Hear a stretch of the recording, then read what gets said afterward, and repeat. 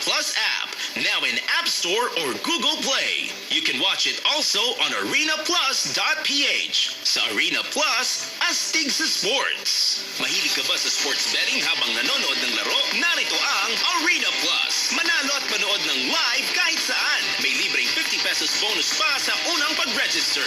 Arena Plus, ang official sportsbook partner ng FIBA World Cup 2023. Kasama pa ang astig sa court na si Jordan Clarkson as official endorser ng Arena Plus. For every Filipino with grit, heart, and determination to succeed, I carry the 3 stars in the sun with pride. Sa Arena Plus, astig ka sa sports. Keep it fun, game responsibly. Arena Plus. 25,000 watts ng totoong tunog ng FM radio. Totoong pinalakas, totoong pinagtibay ng mga batikang mamamahayag sa paghahatid ng news, public service, entertainment, music, information, at inspiration para sa bawat kapatid, bawat Pilipino. Ito ang 92.3 Radyo 5 True FM. Dito tayo sa totoo. National headlines, regional news, balita Pilipinas sa 92.3 Radyo 5 True FM. Tayo sa totoo.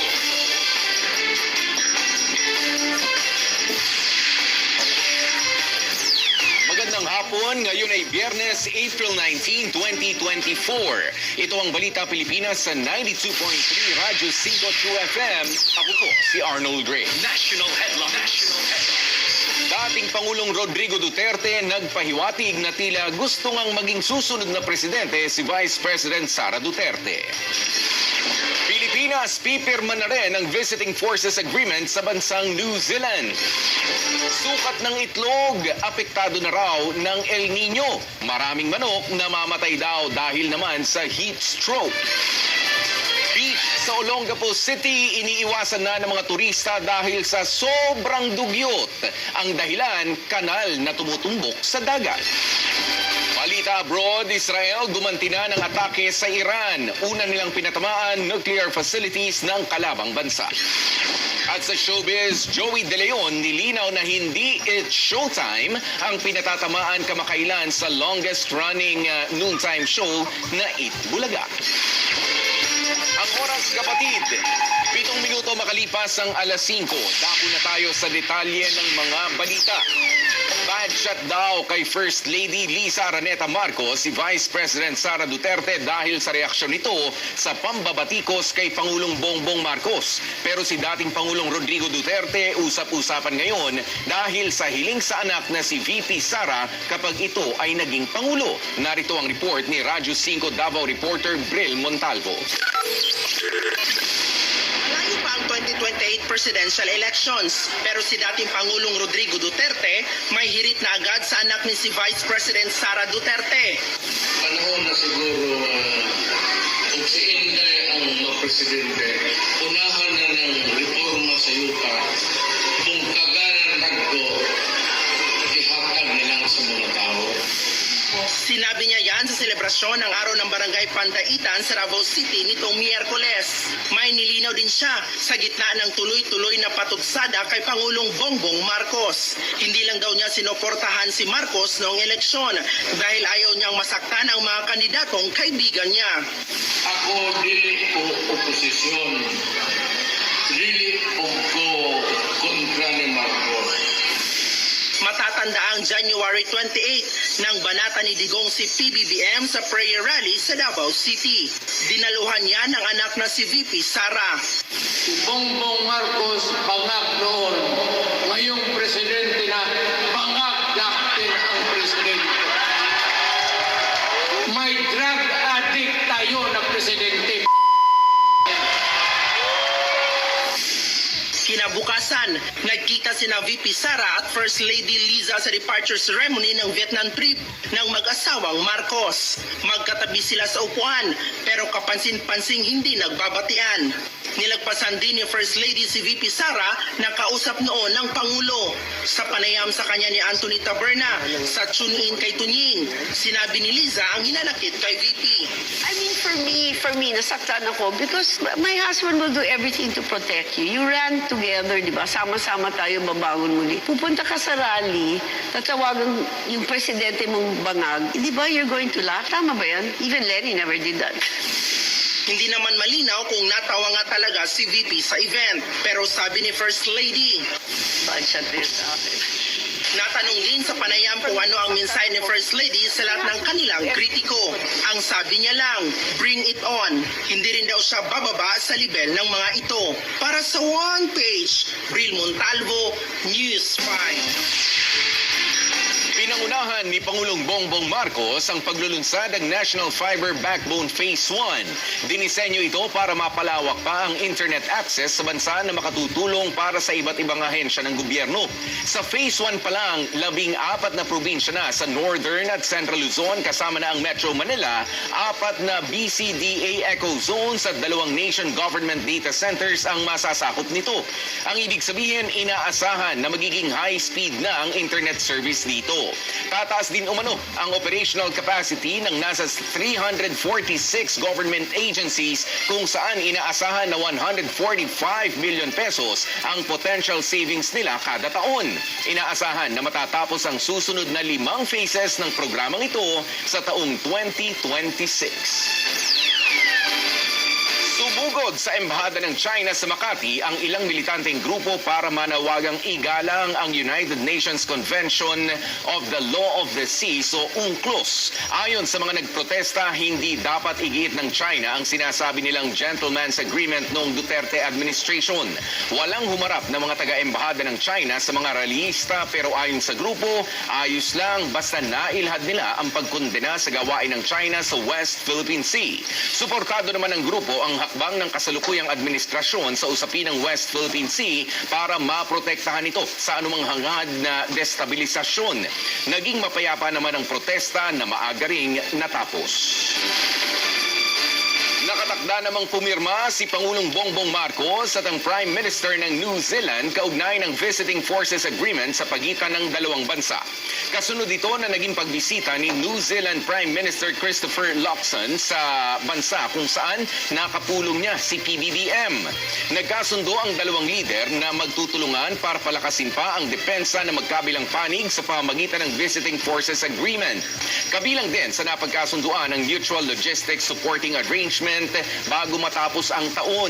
Nagkaisa rin ang Pilipinas at New Zealand sa layuning panatilihing mapayapa at ligtas sa mga karagatan. Ganon din ang pagsugpo sa mga banta gaya ng maritime terrorism, smuggling, wildlife trafficking at irregular human migration. Gumanti naman ng pag-atake ang Israel laban sa Iran matapos itong paulanan ng missile noong isang araw. Sa kuha ng video, makikitang may sumasabog sa ere ng Isfahan sa Iran. Yan daw ang ganti ng Israel sa Iran sa drone at missile attack nito namang nakaraang linggo. Pero mariin niyang itinanggi ng Iran. Giit nila ang makikitang nag-activate lang ang kanilang air defense system nang may makita itong drone sa himpapawid. Kinumpirma yan ng Iranian official sa isang local media. Giit nito, ang mga narinig na pagsabog mula sa lungsod ng Isfahan ay activation lang ng kanilang air defense system. May na-detect daw kasing drone ng kanilang system kaya pinasabog nila ito sa ere para di na makalapag pa sa lupa. Balitang Metro. Nag-face-to-face sa barangay ang magkapitbahay sa Maynila matapos magreklamo ang isang lalaking pinadugo ang uso dahil lasing. Habang sa Quezon City, hinahanap pa ng mga pulis ang sawang may 10 talampakan ng haba na nakawala. Narito ang report ni Ian Suyu. Nasa 10 talampakang sawa ang bumungad sa mga Eco-Aid habang naglilinis sila sa isang garden sa Barangay Talayan, Quezon City nitong Miyerkules.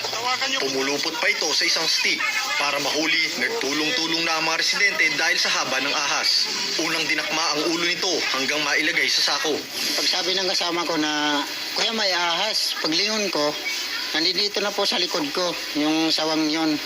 Sabi ko, huwag kayo magtakbuhan. Nung nahuli siya, sabi ko, lagay mo sa sako, ayusin mo maghawak yung ulo at saka buntot. Agad dinala sa barangay ang ahas at nilagay sa cage na gawa sa bakal at napapalibutan ng screen. Ite-turn over na sana ito sa DENR. Pero Huwebes ng umaga, nadatnan nilang wala na ang ahas sa hawla. Kasi may butas po siya eh. Siguro paglusot ng ulo niya, yung katawan siguro yan, parang niya. Hindi ko nga alam kung saan nagpunta siya eh. Patuloy pang pinaghahanap ng mga tauhan ng barangay ang ahas. Pakiusap nila sa mga residente. Pwede itawag din dito sa barangay para din. Napuntahan namin. Basag ang uso ng lalaking ito nang dumulog sa barangay hall ng Baseco compound kagabi. Nakainom daw siya at may kaalitang kaanak nang bigla na lang may sumapak sa kanyang kapitbahay. Minsan ko talagang kaaway ko ron. Dahil ayoko yung nayayabangan ron ng konti. Agad namang pinatawag sa barangay ang ilang kapitbahay ng lalaki para maimbestigahan ang pangyayari. Ang kwento nila. Nagbasag siya ng buti po. Ngayon, bumaba ako. Sabi ko, ano po yung ginagawa nyo? Anong oras na nag-inom pa sa harapan? Dito na umamin ng isa sa mga sumapak. Ginanong ko lang po yan, sir. Ito po yung kinuha ko. Bakit? Kasi nga po sumusugod siya dito. Inaawat ko yung paawat. Hindi ako na po ang nagkuhan. O ganyan po yung lagi siya eh. Nag-aarap siya ng away. Alam mo, Toksa, sabihin ko sa iyo ha, pag nanakit mo sa akin, wala kang karapatan. Wala kang karapatan. Bakit? Hindi mo ako pinakain. Pag-amin naman ng pinsang nakaalitan ng lalaki, napasobra ang kanilang inom. Pinamedical muna ng barangay ang lalaki para malaman ang tinamo nitong sugat sa bibig. Pag-aharapin ang mga sangkot at pagdedesisyonin ng lalaki kung makikipag-areglo na lang o magsasampa ng kaso. Para sa 1PH, Ian Suyu, News 5. Patay naman ang isang dalagita matapos na barilin habang papasok sa eskwela sa Agoncillo, Batangas. Habang isang negosyante ang pinagbabaril ng dalawang lalaki sa Bacolod City. Narito ang report ni John Aroa. Sa pulsakuhang ito ng CCTV ang isang lalaking kagagaling lang ng isang convenience store sa Bacolod City. Pabalik sana siya sa kanyang sasakyan nang biglang may lumabas na dalawang lalaki sa isa pang kotse. Pinagbabaril nila ang naunang lalaki at agad na sumibat. Isinugod pa sa ospital ang biktimang kinilalang si Elson Casalan Cepeda pero namatay din kalaunan. Ayon sa mga polis, posibleng matagal lang sinusundan ng mga suspect ang biktima bago ang pamamaril. Iniimbestigahan pa ang pagkakakilanlan ng mga gunman at posibleng motibo sa krimen. Ongoing pa po yung paghanap namin ng suspect at saka yung mga witness na po. Hindi po naplakahan ng silang dalawa kaya sa CCTV blur po kung hindi po makakita yung plate number. Dead on the spot ang 13 anyos at grade 8 student na si Jenny Balakit na bigla na lang binaril ng di pa nakikilalang salarin sa barangay Banyaga, Agoncillo, Batangas. Base sa investigasyon, papasok sana sa eskwela ang biktima kasama ang nakababatang kapatid at dalawa pang kaanak na bata nang mangyari ang krimen. Kausapan ni Balakit ang mga kasama nang bigla na lang barilin ng suspect. Binaril po ng malapitan. Bali, bato ko sa batok tapos dito bandang kilid na lumabas. Ang ginamit kong baril ay caliber 9mm. Isang putok lang sir. Bago ang insidente, nakita na raw ng ilang testigo ang gunman na nakastandby sa kalsadang daraanan ni Balakit patungo sa Banyaga National High School. Agad tumakas ang lalaki sakay ng isang motorsiklo matapos ang pamamaril. Blanco ang pamilya ni Balakit sa motibo sa pagpaslang sa kanya. Hindi ko po alam kung siya'y napagkamalan o sadya siyang papatayin. Wala ko kaming alam. Wala ko akong alam na kaaway ng pamilya nila. Wala po kaming alam. May person of interest na raw ang mga pulis. Nagkasa na rin sila ng manhunt operation. Nagbabalita mula sa frontline. John Arua, News 5. Isa naman ang patay matapos na matrap sa isang gusali ng sumiklabang sunog sa Caloocan. Ang mitya ng apoy, posible raw na nagmula sa tindahan ng LPG. Narito ulit si Ian Suyu. Ginulantang ng malaking sunog ang mga residente sa barangay 176 sa North Caloocan kagabi. Sa gitna ng sunog, sunod-sunod na pagsabog ang nangyari. Grabe, ang lakas mga tangke. Dito lalong lumaki ang apoy, kanya-kanyang takbo at pagsalba ng gamit ng mga residente. Agad namang rumesponde ang mga bumbero at nagtulong-tulong para apulahin ng apoy. Ayon sa Bureau of Fire Protection, nagsimula ang sunog sa isang tindahan ng LPG. Agad itinaas sa unang alarma ang sunog bandang 12:17 ng madaling araw. Inabot ng higit isang oras ang pag-apula sa sunog. Nang mapatay ang apoy, dito natagpuan ang sunog na bangkay ng isang lalaki. Base sa investigasyon, empleyado ng nasabing tindahan ng LPG ang biktima. Doon nagsimula yung apoy. doon sa mercantile. Nadamay lang yung mga residential. Base sa mga witnesses, nakainom daw po siya. Kaya yung hindi nakalabas. Ang residenteng si Dayan, ikinagulat ang mabilis na pagkalat ng apoy. Ang masaklap, wala na nga silang naisalbang gamit, natupok pa ang karinderyang kabuhayan nila. Napakahirap po ni Piso po, wala po kaming ang isip ko na lang po, mailabas ko yung mga anak ko. Pakalabas po kaming lahat. Sa kabuuan, 3 bahay ang kasamang natupok ng tindahan ng LPG. Tinatayang nasa 200,000 pesos ang kabuuang halaga ng pinsala. Patuloy namang iniimbestigahan ang pinagmulan ng sunog. Nagbabalita mula sa frontline. Ian Suyu, News 5. Balitang Business. Isinailalim na naman sa yellow at red alert ang Luzon Grid dahil sa manipis na supply ng kuryente ngayong Biyernes. Ang unang round ng yellow alert ay nagsimula na kaninang tanghali at nagtagal hanggang kaninang alas 3 ng hapon. Bukod sa Luzon, nakaschedule din na mag-yellow alert ang Visayas Grid. Ang ibig sabihin po, ng yellow alert, manipis ang reserbang kuryente kaya inaabisuhan na ang lahat na maghinay-hinay sa paggamit nito. Yan ay lalo't kaninang alas 3 ng hapon, red alert na ulit sa Luzon Grid. Ibig sabihin muli niyan, alanganin ang mismong pangunahing supply kaya na may miligrong magpatupad ng manual load dropping o yung tinatawag nating rotational brownouts. Sabi naman ng Meralco, minomonitor nila ang sitwasyon. Umapila rin sila sa publiko na magtipid sa kuryente para hindi na kailanganin pang magpatupad ng rotational brownout.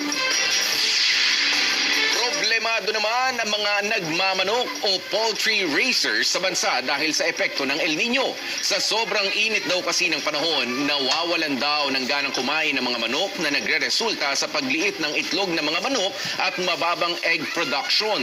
Maraming manok din daw ang namamatay ng dahil sa heat stroke. Ayon sa Philippine Egg Board, nakakaranas tayo ng hanggang 3% na pagbaba sa produksyon ng itlog ng manok. Mas marami rin daw ang maliit na itlog kaya nagkukulang ang supply ng medium to large na size ng itlog.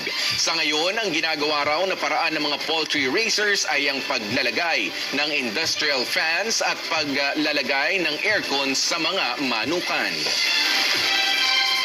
Inirereklamo ng ilang turista at negosyante ang isang beach sa Olongapo City. Panira raw kasi sa view at ng kalikasan ang kanal doon na dumidiretso sa dagat. Narito ang report ni Marian Enriquez.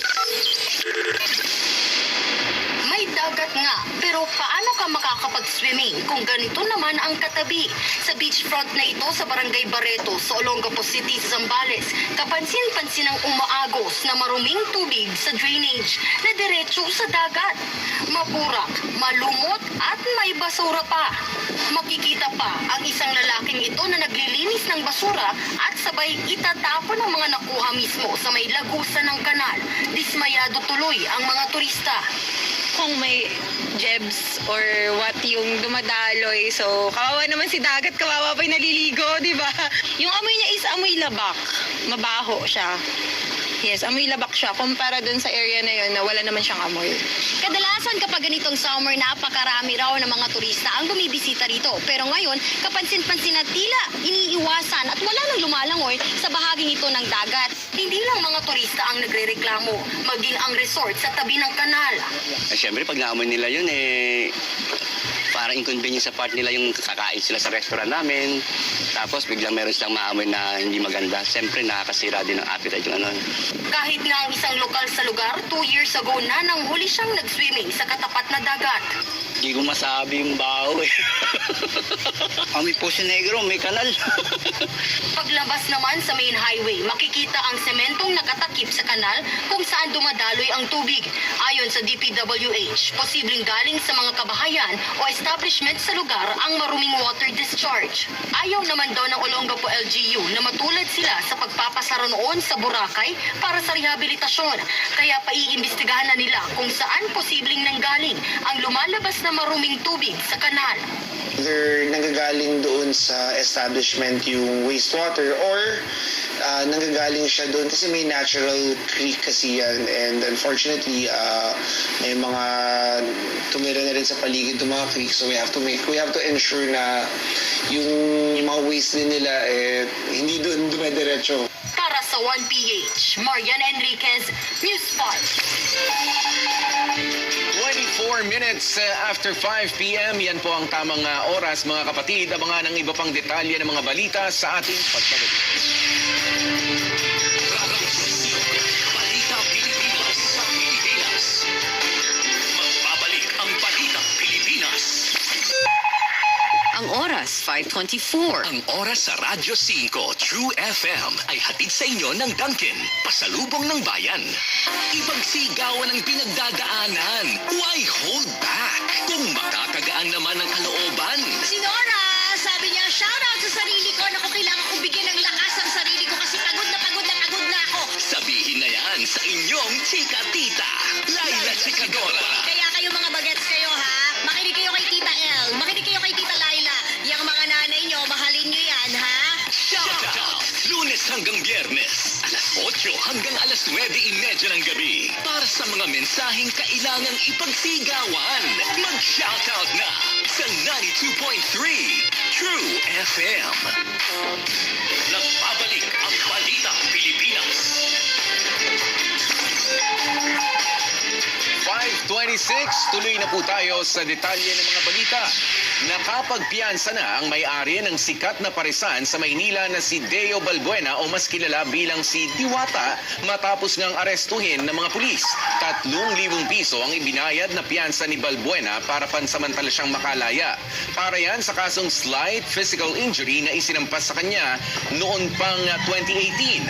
Ayon sa Pasay Police, nag-ugat ang reklamo sa panghampas ni Diwata ng walis tingting na nagdulot ng sugat sa complainant. Kusa namang sumama si Diwata at hindi na siya pinosasan pa. Pero sabi ni Diwata, hindi niya na maalala kung sino ang sinasabing nasaktan niya. Ang panawagan niya, magkita sila at makapag-usap ng maayos. Handa naman daw siyang mag-sorry. Sa ngayon, patuloy sa pagbebenta ng pares si Diwata kahit pa ilang beses na siyang pinasara at lumipat ng pwesto. Narito ang tinig ni Deo Balbuena o mas kilala bilang si Diwata. Okay na, pinaprocess ko na yung permit. Pero wala pa ako time permit pero pinaprocess ko na. So, edit mo ako sa mga basher, di ba? At the end of the day, hindi sila mag-aangat sa sarili ko, ako pa din. Naiinis ako pero mas lamang pa rin nakangiti ako. Abiso naman po sa mga motorista, may tataas. Pero may bababa rin naman sa presyo ng petrolyo sa susunod na linggo. 40 to 60 centavos ang pwedeng imahal ng presyo ng gasolina. Pero ang diesel at kerosene may posibleng rollback na mula 60 to 85 centavos. Nakakaapekto sa presyuhan ng umiiral pa ring geopolitical conflict sa Middle East at ang biglaang pagbaba umano ng demand sa langis sa malalaking bansa gaya ng China at ng US. Susunod ang MMDA sa direktiba ni Pangulong Bongbong Marcos na itigil muna ang paninikit at papataw ng multa sa mga e-bike, e-trike, tricycle at iba pang light vehicles sa mga pangunahing kalsada sa loob ng isang buwan. Pag-aaralan na lamang daw ngayon ng ahensya kung papaanong kakanselahin ang halos 300 ng na-isyong citation tickets sa mga violators. Pati kung papaanong isosoli ang halos 70 ng na-impound na mga sasakyan mula April 17. Una nang sinabi ni PBBM na kailangan pa kasing pagpaliwanagan ang mga apektado ng nasabing pagbabawal. Good news naman para sa mga single parent. May libreng sakay para sa inyo sa MRT 3 bukas kasabay ng Single Parents Day. Ipatutupad ang free ride sa peak hours mula 7 a.m. to 9 a.m. at 5 to 7 p.m. Kailangan lamang magpakita ng valid solo parents ID para makalibre ng sakay. Ginugunita naman ngayon ang World Liver Day, mga kapatid. Tema para sa selebrasyon ng World Liver Day this year ay Be Vigilant, Get Regular Liver Checkups, and Prevent Fatty Liver Diseases. Dumadalas din daw kasi ang nanadadali ngayon ng dahil sa fatty liver disease sa Pilipinas. Ang problema, karaniwang walang sintomas ang tinatamaan niyan. Narito si Dr. Angelo Lozada, President ng Hepatology Society of the Philippines, sa kanyang naging pahayag sa programang Bangon Bayan with Mon. Yung pamamaga na yun, wala tayong nararamdaman, no? Most of the time, wala talagang symptoms, no? Pwedeng may konting fatigue, no? Pero non-specific. Robot sa sa pag-oopera. Yan naman ang inilunsad ng Makati Medical Center. Sa tulong ng Da Vinci XI Robotic Surgical System, magiging mas precise sa mga surgeon sa pag-oopera. Sa pamamagitan kasi nito, mas madaling matutumbok ng mga doktor ang parte ng katawang ooperahan, kaya mababawasan ang mga hiwa pati na rin ang risk ng infection. Sa tanong naman na kung may posibilidad na mapalitan ng teknolohiyang ito ang doktor, narito naman ang sagot ni Dr. Mark Augustin Onglao, colorectal surgeon sa Makati Medical Center sa kanyang panayam sa programang Bangon Bayan with Mon. Yung robot po ay instrumento lamang. Hindi po siya mag-opera separate from the doctor. Ang mangyayari po, kung ano po yung gagawin ng doctor, yun po yung ginagawa ng robot. Huwag nyo kaming pag-awayin. Yan ang mensahe ni Henyo Master Joey De Leon sa netizens na nagsasabing it's showtime ang pinariringgan nila sa Eat Bulaga kamakailan. Matatandaang nagalit sina Tito Soto sa nagpapakalat na lululugi at magsasara na raw ang Eat Bulaga. Ang sagot nila, sinungaling ang nagsasabi nito. May mga haka-haka na baka ang rival noontime show ang kanilang pinatutungkulan. Pero heto ang paglilinaw ni Joey De Leon. Unang-una, hindi namin kaaway yung Showtime. Yung Showtime, matagal na namin kapitbahay yun. Hindi rin kami nila tinitira, hindi namin sila tinitira. Mahal namin ang Showtime dahil kasabayan namin, dadalawa na lang kami. Huwag nyo kaming pagsabungin. Hindi po kami, magkakaibigan din kami. Hindi raw naghahanap ng love life sa ngayon si Jericho Rosales. Sa gitna yan ng usap-usapang nililigawan niya si Catherine Bernardo. Nang tanungin naman kung totoo ba ang chismis na nililigawan niya si Kath, ang sagot lang ni Echo ay hindi siya masyadong nagbabasa sa social media. Masyado pa raw maaga para maghanap siya ng pagmamahal. At yan ang kabuuan ng mga balita ngayong Biyernes, April 19, 2024. Happy birthday muna sa aming boss, Ma'am Cherry Baile. Happy birthday to you. May you have many more to come. Maraming salamat din syempre sa mga bumubuo ng Balita Pilipinas sa 92.3 Radyo 5 True FM, sa ating producer na si Marian Alivio at news writer na si Liam Eustaquio. Salamat din sa ating production specialist na si Jackie Villacorta, production assistants na sina Nia Bugarin de Guzman, Bea Rodriguez, Jaire Ann Manipon at Michael Bulayog. Sa ating Radyo 5 technical engineer na si Aaron Tolentino at sa ating technical directors na sina Joey Perez at Grace Toledo. Ako po si Arnold Ray. Magandang hapon, Pilipinas. Radyo 5, Balita Pilipinas sa Pilipinas. Nangunguna bilang news, public service at entertainment radio station sa Mega Manila. Radyo 5, True FM. Mga kapatid, narito na ang pinakabagong Lotto updates mula sa PCSO. Ang ating Lotto draw ng April 18 ay 642 at 649. Tignan na ang inyong mga ticket para sa result ng 642 Lotto na may price na 13,359,290.40. Heto na ang winning number combination para sa 642 Lotto in any order. 4, 28, 35, 15, 10, 18. At sa mga naghihintay naman sa Super Lotto 649 na may jackpot na 21,140,814.20 centavos, ihanda na ang inyong mga tiket at narito na ang Super Lotto 649 winning combination numbers in any order. 29, 6, 33, 32, 15, 23. Tutok lang lagi dito sa PCSO Lotto Draw Update dahil sa bawat taya, may kawang gawa.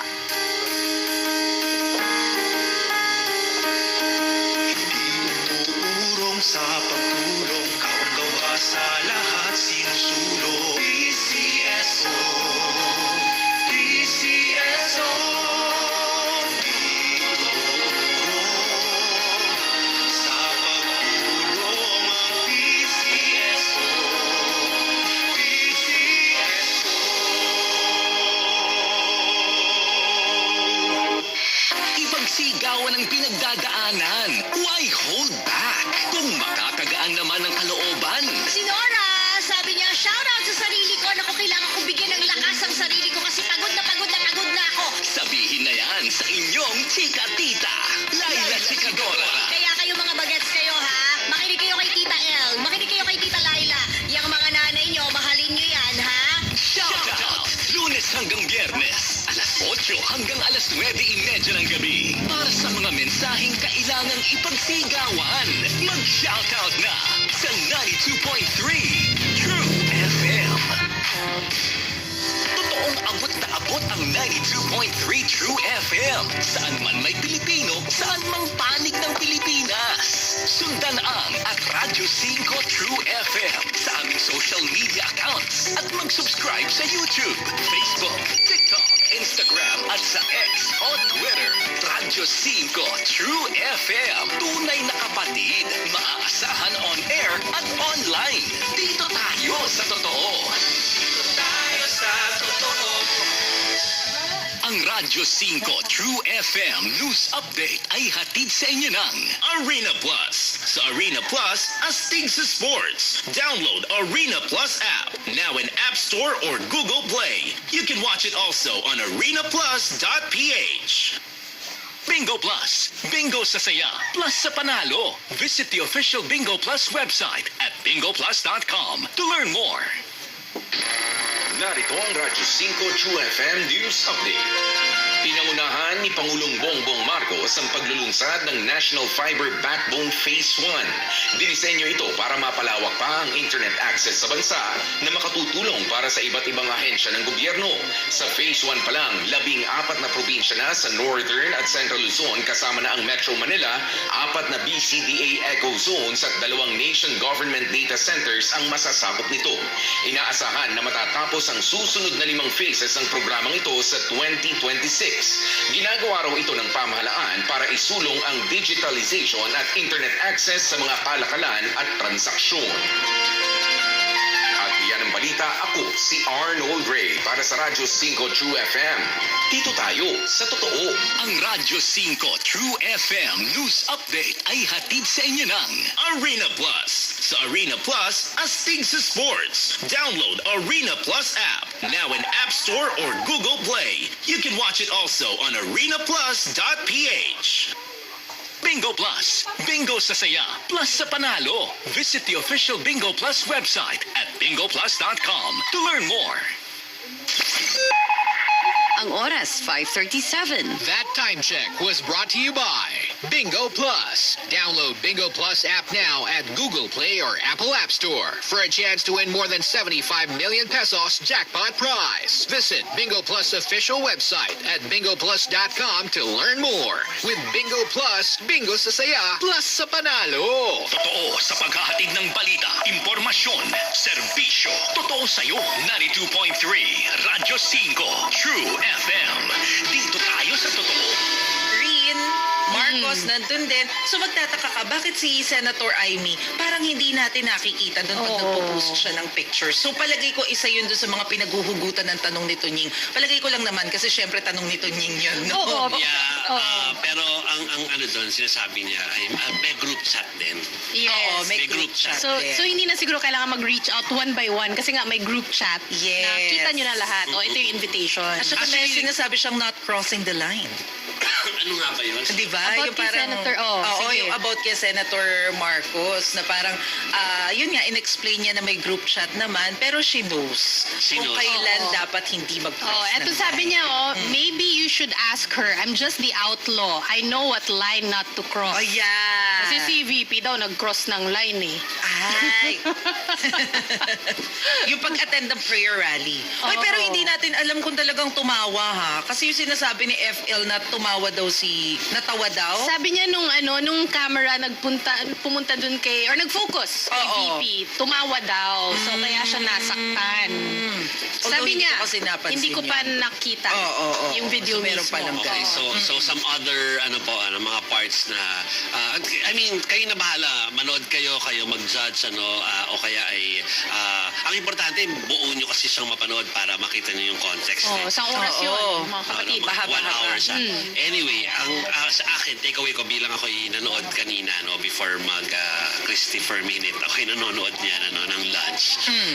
Alam ko na kasi laman ng balita ni Juan Balita Pilipinas, kaya hindi na ako so yun ang nanonood ko. No? Alam ko kasi, sinek ko na yung mga papeles na okay na yung lineup ni nila Mariana de la Cheryl. No? So yun ang pinapanood ko nung over lunch. Para hindi lang puro snippets ako, di ba? Correct. Buo siyang ma-judge. Ano ba? First, yung repeated na pagsasabi ni First Lady ng 1,500 days. Yeah. So, it's like, sa tagal ko nagko-cover, parang wala akong narinig na nagbibilang ng nagbibilang ng oras sa posisyon. So, ito parang alam niya na may 1,000. I mean, siguro pwede natin i-analyze sa mga susunod na pagkakataon, pero tumatak sa akin yun kasi tagal ko na nagko-cover kahit ilan. Siguro mga anak ng presidente at saka mga asawa, parang hindi ko pa naringgan ng ganun. So, I just wanna put it out there para malaman ko kung paano ko sa iisipin in the future. Pero ilang beses niya sinabi yung 1,500 Ang impression ko naman doon, Joey, is because, di ba, meron siyang mga plano na gusto niya makomplete. She wants to be remembered daw. Pinakasing na gusto niyang ma-remember is naiwan niya yung office better than nung Yes, umupo I heard siya. that. That's one of the instances na sinabi niya 1,500 days. Pero may mga iba pang instances. So, we just have to, Parang noted. Kumbaga noted yan, at saka kung bibigyan tayo ng pagkakataon na sila makausap, siguro tatanungin ko din sa kanila. Organisado daw kasi siya din. Mas pangalawa sa akin, nagulat ako na na-mention niya yung liwayway. Liwayway being a reading material po nung panahon ng ako pa ay matanda na po ako kaya alam ko na may liwayway dati. Comics to ba? It's comics magazine. It's Yung comics familiar. magazine. Kasi may comics talaga na yung comics na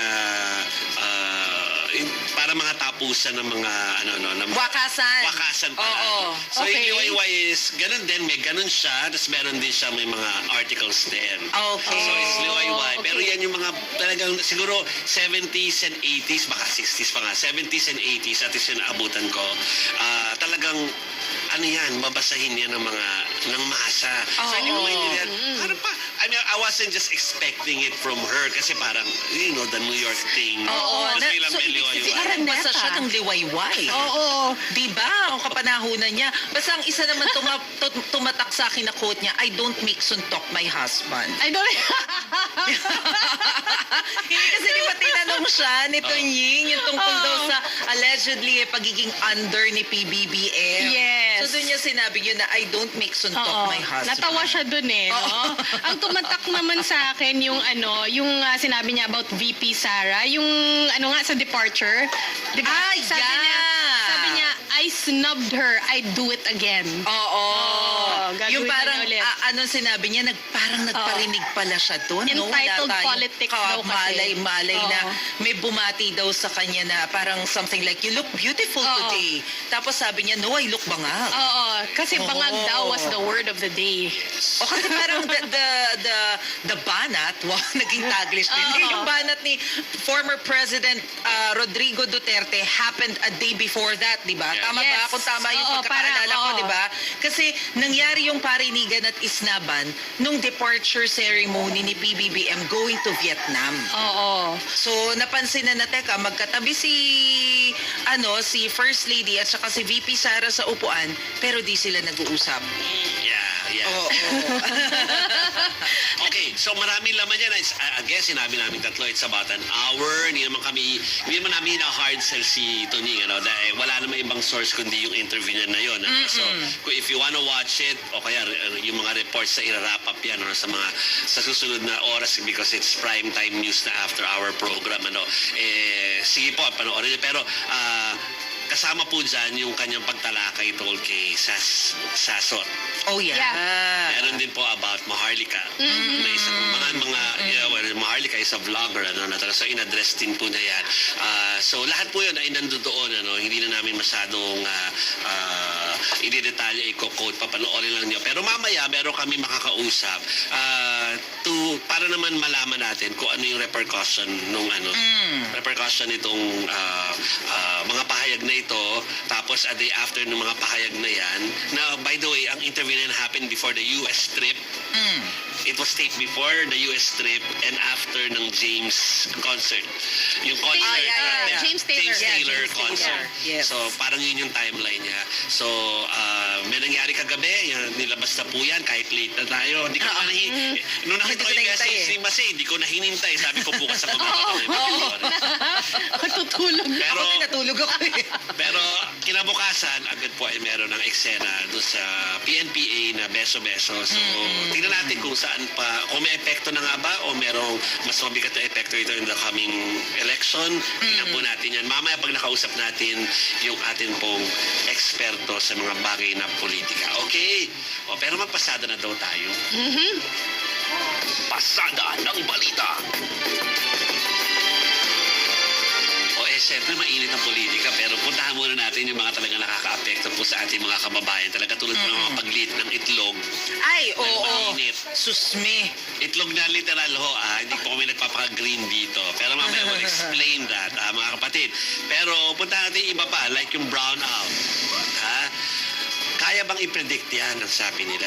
Well, hindi daw yan posible ayon po sa Department of Energy. Depende raw kasi ito sa demand, bigla ang pagkasira ng mga planta at yung mataas sa temperatura. So, huwag tayo mag-isip na parang, ba't walang pasabi na mawala ng ilaw? Diba? Kasi parang alam ko, gagawa ng paraan na wag, pero kapag nangyayari, hindi naman pe-predict yun kasi kailangan talaga siyang gawin, mga kapatid, ha?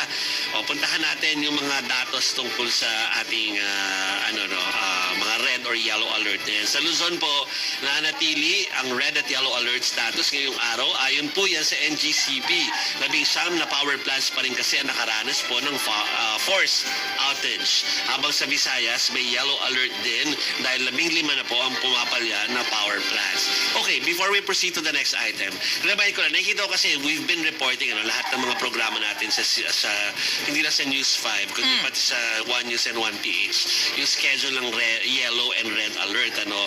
Kumbaga, pag natapos yung schedule ng red alert, papasok yung schedule ng yellow alert. Parang ganun lumalabas. Parang halinhinan sila. So, kumbaga ngayon, parang feeling ko, ang dapat na lang gawin is yung panawagan na general na we have this situation, kailangan po natin magtipid. Generally. Ng kuryente. Kahit yellow pa ngayon or kumbaga kasi alangan naman porket hindi red. Sige, todo ko ngayon. Diba? So, generally, we need to conserve. Yun po ang mensahe ng ating ibang mga kapatid, pati rin po ng mga opisyal. Okay. Init ng panahon tayo. Dangerous po yung heat index. Naramdaman sa 12 po na mga lugar sa bansa. Pero kahapon po yun. Pinakamainit ay 45 degrees Celsius sa Roa City, sa Capiz. Ngayong araw po, pinangambahan na mararamdaman ulit yan sa isang dosena na mga lugar, gaya po ng Palawan, Batangas at Dagupan. We'll try to to improve our reporting about this heat index. Kasi lagi natin sinasabi na dangerous pero kahapon pa. So baka naman pwedeng malaman na natin ngayong hapon naman ay 5:30, baka naman alam na natin kung gaano ka-dangerous yung heat index ng maghapon. Para inaunahin natin. Tapos magiging context na lang po yung dangerous heat index ng kahapon. So we'll try to revise that kind of reporting para po alam ninyo na talaga naranasan nyo yung init ngayon at ito'y dahil may context kahapon na mainit na rin. Okay, sige. Ayun daw, 5 to 5:30 daw. So anyway, punta tayo sa next natin. Isa po ang namatay matapos matrap sa sunog ng tindahan ng LPG sa North Caloocan pasado ng hating gabi kanina. Tinataya po na nasa 200,000 pesos ang kabuang halaga ng mga natupok na mga ari-arian habang sa magsinggal. Tama sana ang pronunciation ko, no? Sa Ilocos Sur po yan, ay nasunog ang isang bahay dahil sa nag-overheat po na electric. Natakot naman ako. Nakatakot. Minsan nakakalimutan natin patayin yan. Uy, totoo. Lalo kapag sobrang init kasi, di ba? Papabayaan mo lang doon. Unplug ha. Ang kasi usually alam natin, papatayin ko yung aircon tsaka yung TV. Kasi parang aware ka sa kanila. Diba? Lalo yung aircon, alam mo, mahal pag di mo napatay. Correct. Pero minsan nakakalimutan natin yung electric fan. fan. So, lahat po, tama si Chiki. Kung aalis, Unplug. Oo. Para iwas disgrasya. aabot po sa 800,000 yung danyo sa sunog ng dahil sa nasirang or hindi na patay na electric fan sa may Ilocos Sur. So let's not repeat that mistake. Diba? Okay. Ito na po yung sinasabi kong itlog. Ayan na. Ano ba yan? Hindi ko lang patawa ng tao si Arvic dito kanina sa mga itlog na ito. Arvic talaga. Pero nang dahil daw sa mainit na panahon, ang mga itlog mula sa manok ay mas gumagaan daw. Okay, sa kabila po nito, titiyak pa rin ng Department of Agriculture na may sapat tayo na supply ng itlog. Kumbaga yung production niya, no? Maybe it's because of the way kung paano nag-relay ng egg, yung production ng egg sa katawan ng Yeah. dahil mainit, mayroong epekto na hindi siya developed fully para talaga yung talagang optimal size niya. Actually, nag-explain din si spokesperson ng Department of Agriculture about it, si Asek Arnel de Mesa. Ang paliwanag niya, lumiliit ang itlog kapag tag-init kasi daw yung mga manok nawawalan ng gana kumain. So, hindi na di-develop yung itlog. So, kapag ka daw malamig, ganado daw kumain yung mga manok, kaya mas malaki yung itlog. Yun ang paliwanag ni Asek de Mesa. Oo. Pero, hindi daw ito kakaiba. Nabigyan lang daw ng highlight dahil El Nino ngayon. Pero kahit daw nung last year, pag tiningnan daw yung trend, kapag tag-init, mas maliit din daw compared sa normal. Okay, pero baka lalong lumiit pa ngayon. Dahil mas mainit, no? Baka din yun, oo. Nako, eto po, kasing init ng panahon ng usapan sa politika. So punta na po tayo dyan. Dating Pangulong Rodrigo Duterte may request sakaling maging Pangulo ang anak na si Vice President Sara Duterte. Unahin daw nito ang reforma sa lupa. Bahagi nga ba yan sa next political plan ng bise? Makibalita rin tayo mamaya sa Cebu kay One News Cebu Desk Dale Israel kung saan inaabangan ang pangunguna ni Digong sa pagtitipon ng Partido Demokratikong Pilipino, Lakas ng Bayan o PDP Laban. Aba, may pagpunta pala doon ano? Oo. Oh, eto naman. Bring it on.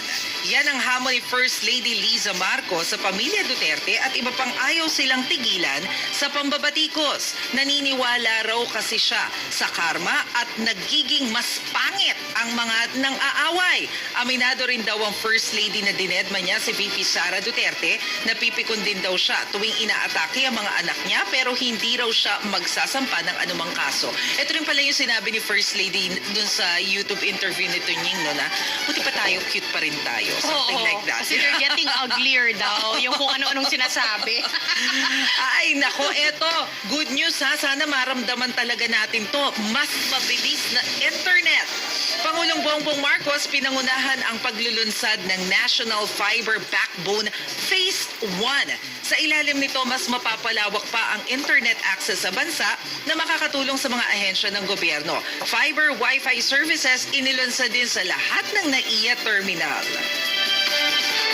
Nako, eto, ang Bureau of Immigration, iniulat na nasa 400 lang daw na Chinese students ang pumapasok on-site sa mga universidad sa Cagayan. Karamihan daw sa kanila naka-distance learning. Ang mga universidad sa Cagayan bumuelta sa mga agam-agam tungkol sa kanilang pagtanggap ng mga Chinese student.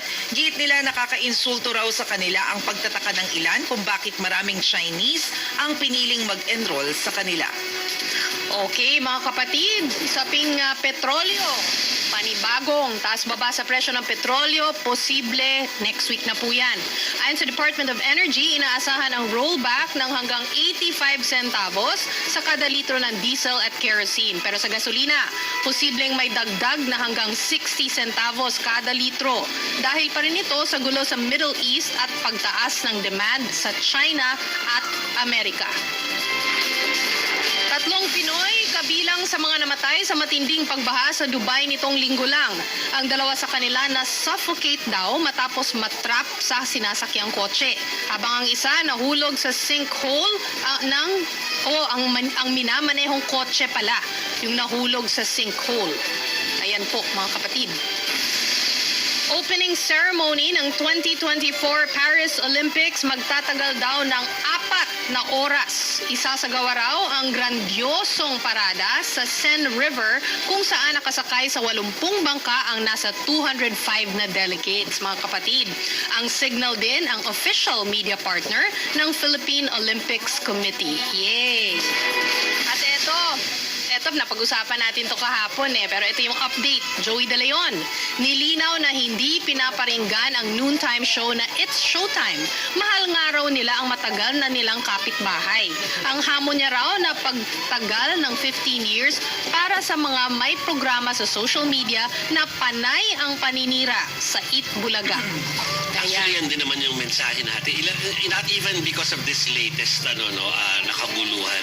Even before na hindi natin maintindihan kung bakit parang lumalabas ang magkakaaway. Pero alam natin for a fact na hindi. Binabati pa nga nila ang isa't isa pag birthdays nila Alam natin na magkaibigan maski si Paolo at saka si Vice Ganda. Magkasama nga sa commercial Oo, tapos alam ko binabati nila, alam ba, birthday ni Joey, ni Bossing, binabati nila pag birthday ng mga like sila Vice nga at saka nila Bong, binabati rin nila. So parang, pero ang mas mainit pa yung ulo, yung gumagawa ng content sa social media. Yun po yung weird doon Kasi lalo na fake news yung mga pinapakalat. Parang yun ang medyo hindi maganda doon. Okay, nako, sumisenyas na po yung ganda sana usapin ng Itbulaga, pero nandito na si Moe. Gusto yata niya si Moe talaga. Okay, so mga kapatid, kailangan namin pong mag-intro muna. Ano ba? Mamaya na kami mag-i-intro. Magpa-plug po muna kami dahil importante po na maiya din sa inyo yung kasi bilangan ng commercial Dapat so, unahin na natin ito. Magka-commercial muna kami, babalik po ang Sanaton. Totoo sa paghahatid ng balita, impormasyon, serbisyo. Totoo sa'yo. 92.3 Radyo 5 True FM. Dito tayo sa totoo. Ang oras, 5:56. That time check was brought to you by Bingo Plus. Download Bingo Plus app now at Google Play or Apple App Store for a chance to win more than 75 million pesos jackpot prize. Visit Bingo Plus official website at bingoplus.com to learn more. With Bingo Plus, bingo sa saya, plus sa panalo. Insuloksin po, paano nabubuo ang tiwala kapag nangako at hindi bingo? Pangako ng Rhea Generics, ang pangkaraniwang Pilipino ay magkaroon ng kakayahang bumili ng mga tunay na world-class na kalidad ng gamot. Kapartner namin ang mga kilalang eksperto sa buong mundo. Kaya maaasahan mo na ang kalidad, husay at bisa ng Rhea Generics ay kapareho ng mga branded na gamot. Ganyan tumupad ng pangako ang Rhea Generics. Ang galing ng mundo, dinala sa Pilipino. Rhea, basta kalusugan, maaasahan mo. Ang Rhea Generics ay gawa ng Pfizer, Viatris, Sanofi, GSK, Otsuka, Merck, Fresenius Kabi, AstraZeneca, OEP Philippines, Lundbeck at Boehringer Ingelheim. If symptoms persist, consult your doctor. Tunay na world-class ang kalidad sa abot kayang halaga. Bagong kotse o motor. Meron yan sa Cobra Tatak Panalo Under the Crown promo. Nagbabalik at mas pinalaki pa kaysa sa last year to. Over 50 million worth of prizes. Bumili lang ng Cobra na may yellow tansad. Hanapin ang unique code sa ilalim at isend sa Cobra Messenger. Sali na! Cobra Tatak Panalo Under the Crown promo. Promo runs from March 24 to July 15, 2024 per DOH FDA CFR permit number 0147 series of 2024. Ang oras, 5:57. Ang oras sa Radyo 5 True FM ay hatid sa inyo ng Cobra Energy Drink. Cobra Tatak Panalo Under the Crown promo. Mas pinalaki with over 50 million of prizes. Sali na!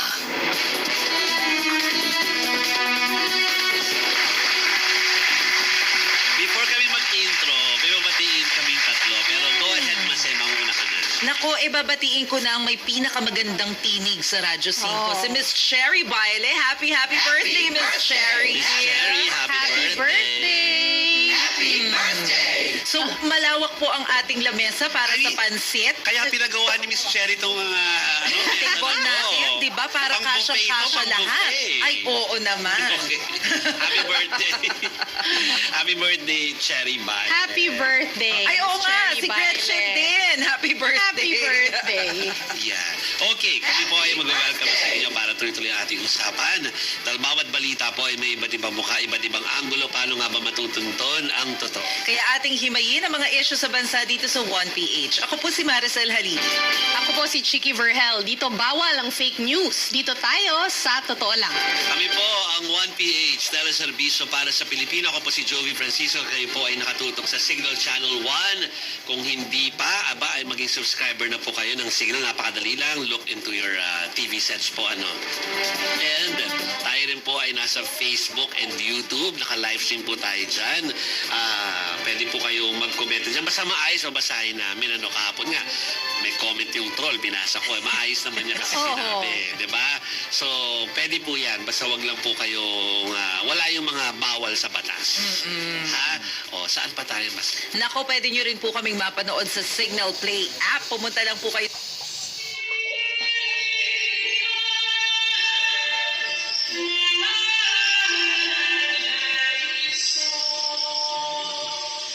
The angel of the Lord declared unto Mary, and she conceived by the Holy Spirit.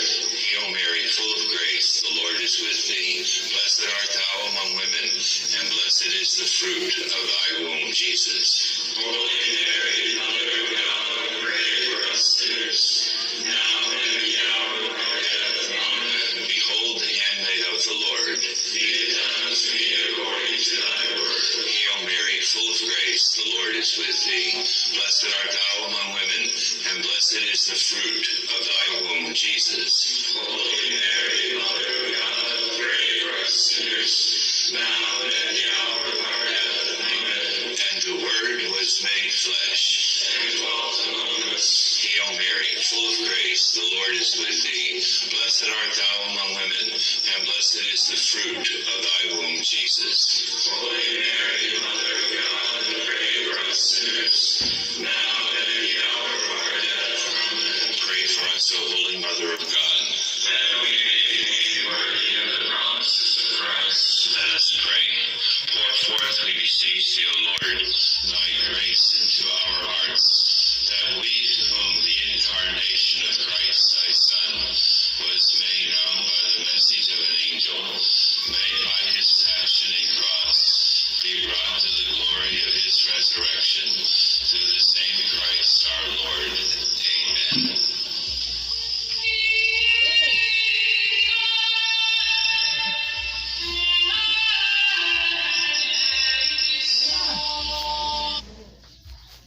Alright, mga kapatid, balitang dako na po tayo.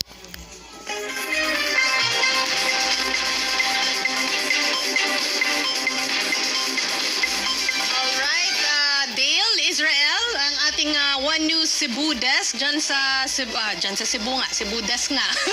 May nagbabalik Cebu daw, Dale. Ano ba yan? Yes, maing gabi, Chicky, Joey at Maricel. Nasa Cebu nga naman, again, si dating Pangulong Rodrigo Duterte at kanyang mga kalyado mamayang gabi sa isang pagtitipon ng Partido Demokratikong Pilipino Lakas ng Bayan o PDP Laban Convergence Meeting. Mismo si Cebu City Mayor Michael Rama ang mamumuna sa pagdalo sa pagtitipon bilang PDP Laban Vice President for the Visayas. Ayon kay Rama, higit 1,000 miyembro ang dadalo sa pagtitipon sa Nusna Resort and Casino sa Cebu South Road Properties. Kasama sa inasahan na dadalo sa pagtitipon ay sina Senators Robin Padilla, Bato de la Rosa at Francis Tolentino. Andun din si former Energy Secretary Alfonso Fusi at si Davao del Norte 1st District Representative Pantaleon Alvarez. Maliban kay Rama, hindi pa nagpahiwatig ang iba pang lokal na opisyal sa Cebu kung dadalo ba sa pagtitipon. Para sa context, may 53 na mayors ang Cebu Province kasama ang highly urbanized cities ng Mandawi, Lapu-Lapu at Cebu City. Ayon sa opisina ni Cebu Governor Gwen Garcia, nasa out of town daw ang gobernadora, hindi naman sinabi kung saang lugar ito. Wala pa namang reply kung dadalo ba si Lapu-Lapu City Mayor John Chan at si Mandawi City Mayor Jonas Cortez. Noong nagdaos ng prayer rally si Duterte at kanyang mga kaalyado sa Pebrero, si Rama lang ang dumating na mayor sa pagtitipon. Matatanda ang mga kaalyado ni Duterte ang karamihan sa mga opisyal ng Cebu nung siya pa ay presidente. Mga kaalyado din naman ni President Bongbong Marcos ang lahat ng mga lokal na opisyal noong eleksyon sa 2022. Balik sa inyo dyan sa studio. Maraming salamat, Dale Israel. Ang ano nila, gusto nilang malaman na aktibo pa ang partido, no? Ng PDP laban. Yun yung purpose daw. At saka ramdam mo na talaga yung politics, no? Oo naman. Grabe, ramdam Strategic na moves ramdam. na. At habang naramdaman natin yan, mabuti may naggagabay sa atin, Yeah. mga analyst. Ano po? So, aside from yung mga nagaganap na mga exclusive interview at ang magiging epekto nito sa politika natin coming into 2025 at saka yung future presidential election natin, ano, syempre gusto rin natin malaman yung iba pang pag-a-analyze sila ng ibang mga kaganapan sa politika. No? So ngayon, i-welcome back natin sa ating programang isa sa mga suki po nating analyst. Wala pong iba kundi si Jean Franco. Hi! Welcome back! Hi, Prof! Oh, hello! Welcome back, Prof. Kumusta? Kamusta? Saka natin pag-usapan ng Queen of Tears, Professor Jean. Uy, nasimulan ko na. Makaka-relate na ako. Ibang programa natin pag-usapan yan sa Professor Jean. Pero ang pag-usapan natin ay yung serye na ating nasasaksihan dito sa mga... parang serye na rin. mga nakalipas sa araw. Kasi, I mean, we were all anticipating kasi nag-teaser na kahapon, nilabas late night. Pero hindi pa natin napapanood o nung iba, yung kabuuan ng interview. May beso-beso na kaninang umaga between the President at saka si Vice President sa event sa PNPA sa Cavite. No? So, kasi as of kagabi, ang mga political pundits ay nagsasabi na parang may epekto yung mga pahayag kagabi doon sa interview ni First Lady sa ating politika coming dito sa 2025. Pero after what happened this morning, meron pa ba talagang epekto ito or wala, Professor G? Tingin ko may epekto kasi parang ito, parang hindi na, kumbaga hindi na kuro-kuro lang na hindi sila nagpapansinan, pero talagang meron ng all-out world war, diba? Yeah. Oo, so yun yung pwedeng sabihin dun sa recent development. Kumbaga ngayon silang hayagan pero yun namang paghahati nung yung unity may parang apparent naman na sa mga pahayag nung magkakakampi, Professor Jean. Yes, oo. Well, sa akin naman valid naman yung feelings ng First Lady. Lahat naman ng feelings valid, na nasaktan siya, pero nung sinabi niya ito dun sa show ni Katoning, syempre, it added fuel to the fire, Parang hindi na kailangan mag-speculate ng mga tao. So, napakinggan na natin kung ano talaga yung sa loobin niya, So, hindi ko rin alam what her intentions are, bakit niya ipinahayag. Hindi niya nalang isinikreto. So, yun. Ang kaso, merong nadagdag na si Attorney Harry Roque. Sumali. Nag-iingay si Attorney Harry. Oo, na hindi ko rin alam kung authorized ba siya to speak, kung sino nag-authorize sa kanya o talagang he feels strongly about it. So, dadagdagan ng mga tao sa eksena. Pero, Prof, paano natin dapat basahin yung pagkakasama ng pangalan ni former Vice President Leni Robredo dito? Kasi nabanggit lang naman ni First Lady, di ba, na parang si VP Leni nga hindi ginawa yan. Pero pagdating dun sa post ni Attorney Harry Roque, BFF na sila ngayon ni First Lady at saka si VP Leni. Paano natin dapat tingnan to? Hindi naman BFF. I think the mere fact na pinention si former VP Leni, just kumagamit lang ng comparison yung First Lady, in which he meant that kung pinaka-bitter rival nga ni Pangulong Duterte, Pangulong Marcos Jr. nung 2022 elections hindi ginawa yun, eto pang eto pang si Sara Duterte na magkasama sila, di ba? Oo, so yun yung doon. Pero kung ikaw naman nakita mo, nasubaybayan mo kung paano tratuhin ni VP Leni at yung mga batikos sa kanya at kung paano niya minanage yung eleksyon, hindi naman siya ganun talaga, di ba? Pero in fact, yun nga ang sinasabi ng mga tao, kaya hindi rin siya nakausad talaga kasi hindi siya, alam mo yon, ang tingin ng iba kasi mas okay kung palabas siya. Pero paano kaya yun, Prof? Kasi, well, hindi pa naman nagsasalita si PBBM about dito sa naging pahayag ni First Lady, but still, mag-asawa sila.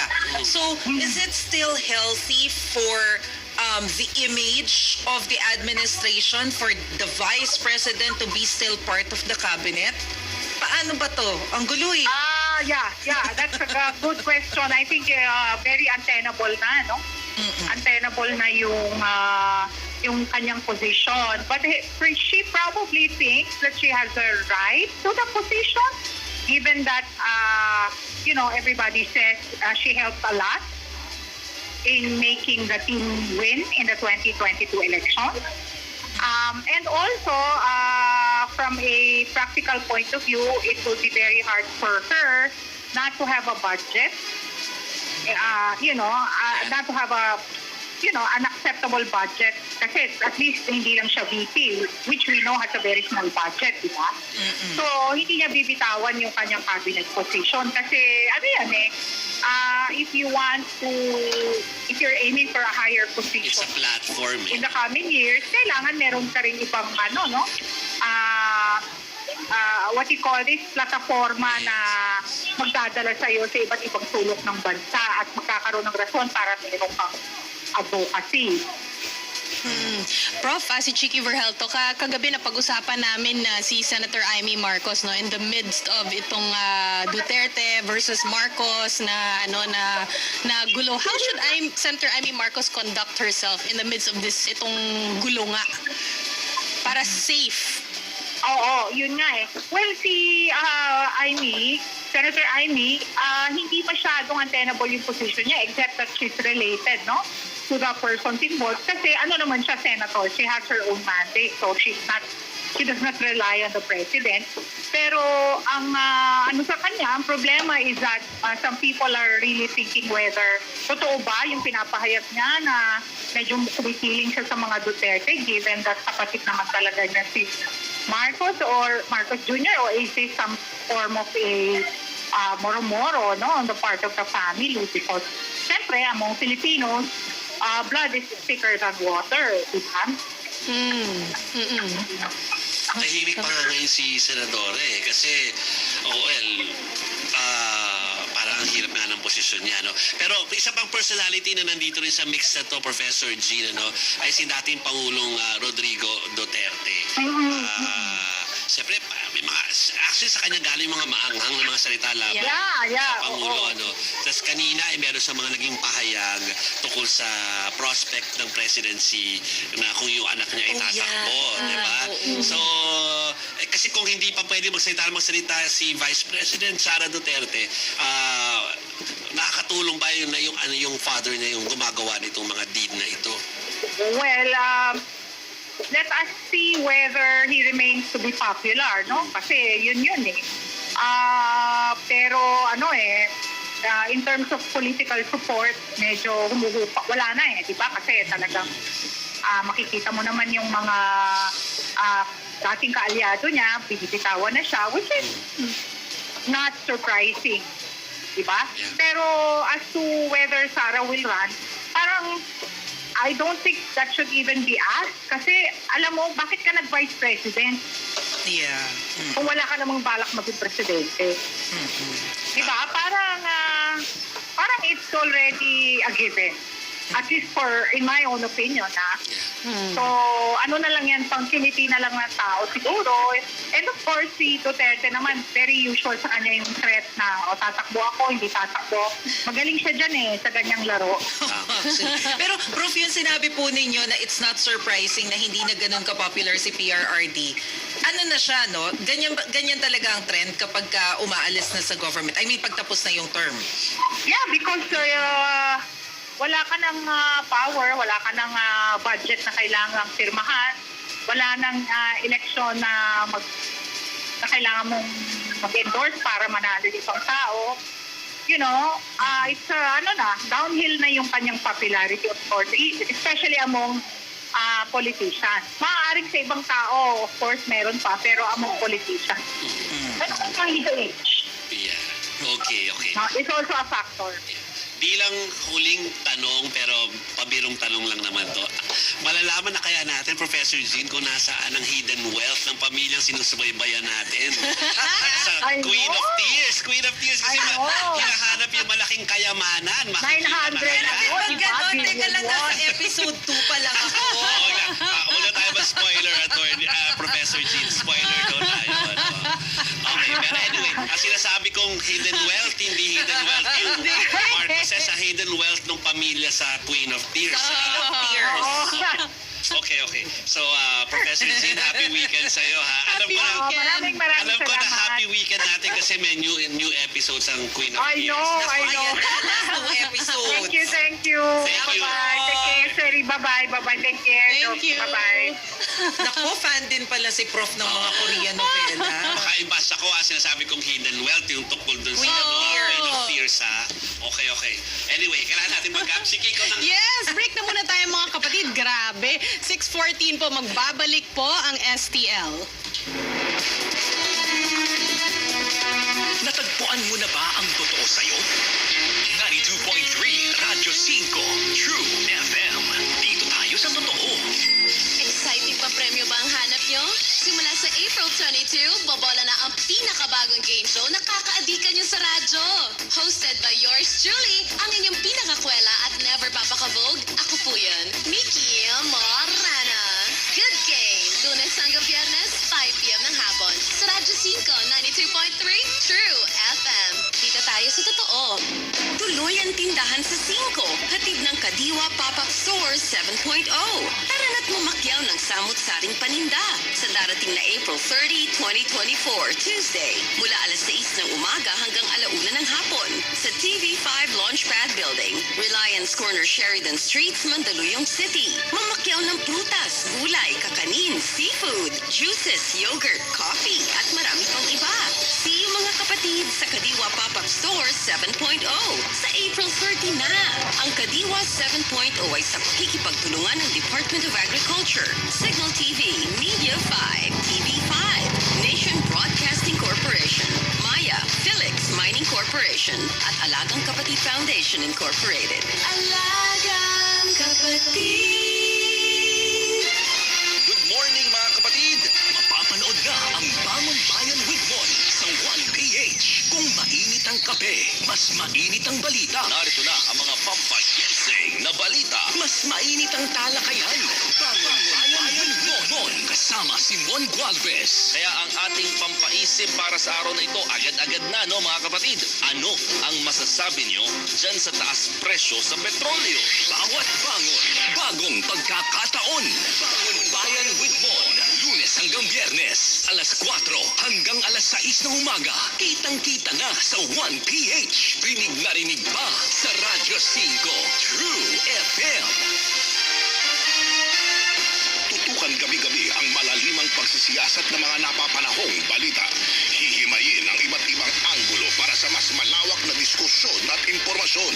Samahan sina Ed Lingao at Mian Los Baños mula sa Frontline. Tonight, Lunes hanggang Biyernes, 10:35 p.m. sa TV5.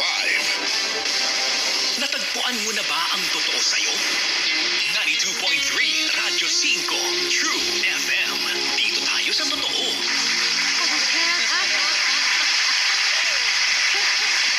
Traffic.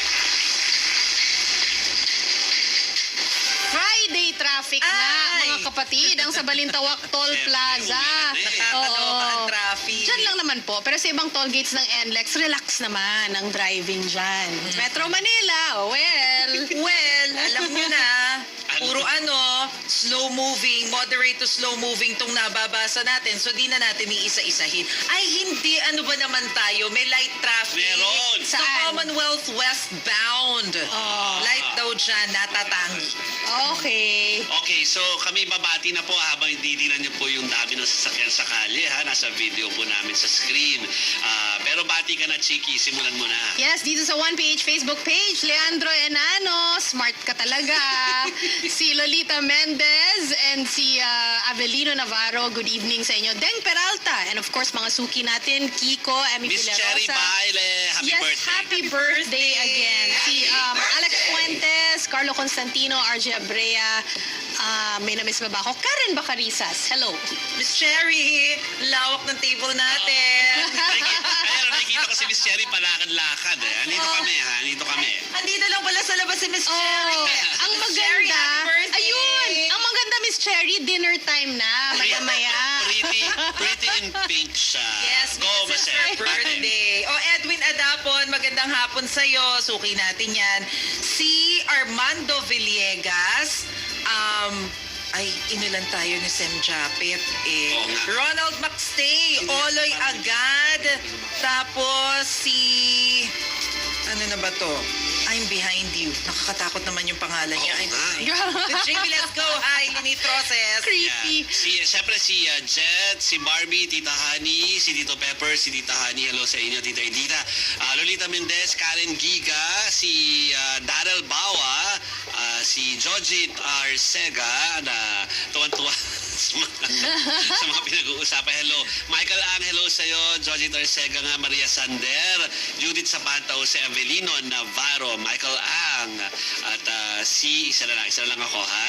Alfred Marasigan, hello po sa inyong lahat. Romeo Candia, hello sa'yo. Ayan. Si Jomil Peñaso, sabi niya, Prof, mali ka, malakas pa rin si PRRD. Actually, sa YouTube ba yan? Ito sa Facebook may nagsabi din Sir Romeo Candia, sabi niya, downhill daw. Tingin ko may epekto pa rin siya. Oo. Okay, tapos si Leandro Enanyo may pinapabate pero hindi na namin makahanap. Sorry kasi natabunan na Leandro. Kung sino yung ayun, birthday daw ng tatay niya. Ay, happy birthday. 71st birthday. Happy birthday. Okay. Ito parinig muna namin papapanood sa inyo ang naging naging mga pahayag po ni Joey De Leon kanina sa kanya pong social media. Panoorin niyo. Unang-una, hindi namin kaaway yung Showtime. Yung Showtime, matagal na namin kapitbahay yun. Hindi rin kami nila tinitira, hindi namin sila tinitira. Mahal namin ang Showtime dahil kasabayan namin, dadalawa na lang kami. Huwag nyo kaming pagsabungin. Hindi po kami, magkakaibigan din kami.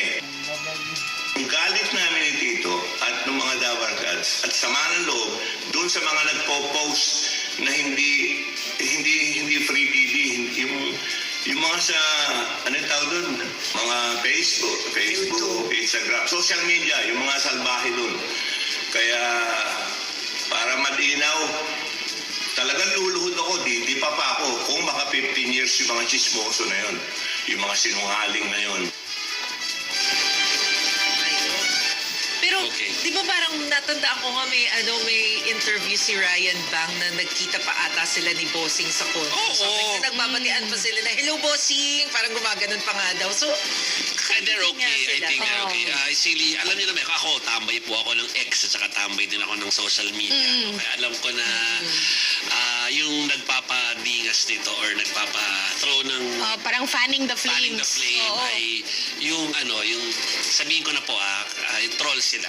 Kasi alam mo na manufactured So I think they're it's either sobrang fan sila kaya masyado maalab yung damdamin nila or talagang they're getting bayad. Paid for that. Medyo ganun karabit yung kompetensya. Pero yun na, sinasabi nila they're friends. So parang sabi nga ni Joey De Leon, dadalawa na nga lang sila, pinagsasabong niyo pa. Correct. Maganda yung dalawa silang nag-i-exist. Kasi kapag mag-isa ka na lang, para hindi ka na naman pasukan ng commercial niyan. Kasi may walang competition. Basta tomorrow, kita-kits tayo dahil advanced birthday celebration ni Bossing bukas. Happy birthday! Si MJ may programa this weekend. Pakita lang natin na meron pa isa magkukonsento. Pero Chiki, ikaw na magpasalito. Here. Ayan, sige. Ito mga kapatid, get ready daw for another spectacular showcase of music that defined generations. Catch award-winning producer and musician David Foster on June 18 na po yan at the Smart Araneta Coliseum. Kasama po si Catherine McPhee, Brian McKnight, All for One, and local artists JV Decena and Joaquin Garcia. On sale na po ang tickets, no? Hanapin nyo na lang po online. Brought to you by Media Quest Live. MQ Live po yan. O, so kasama niya yung asawa niya. Yeah. Si Hello Catherine. kay kay Jelay De Luna, birthday daw niya ngayon. Jelay, happy birthday. Happy birthday, Jelay. Happy birthday. Pero wala pa laman ng aming mesa. Grabe, no? So mga kapatid, kita-kits tayo next week, ha? Dahil hanggang sa muli, ako po si Jovi Francisco. Ako naman po si Maricel Halili. Mga kapatid, ako po si Chicky Verhel. Wag na wag magpalinlang. Dito tayo sa Totoo Lang. Kami po ang 1PH teleserbisyo para sa Pilipino. Happy weekend! Happy weekend! Laban na!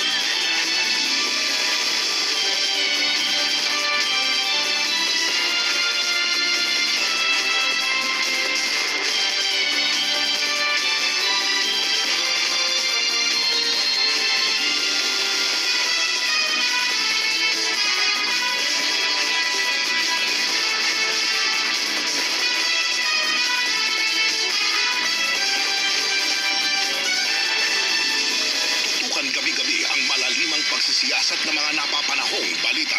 Hihimayin ang iba't ibang anggulo para sa mas malawak na diskusyon at impormasyon. Samahan sina Ed Lingao at Mian Los Baños mula sa Frontline. Tonight, Lunes hanggang Biyernes, 10:35 p.m. sa TV5.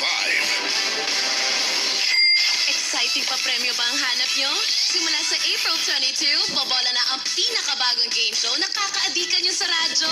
Hosted by yours truly, ang inyong pinakakwela at never papakabog. Ako po yun, Mickey Morana. Good game! Lunes hanggang Biyernes, 5 p.m. ng hapon. Sa Radyo 5, 92.3, True FM. Dito tayo sa totoo.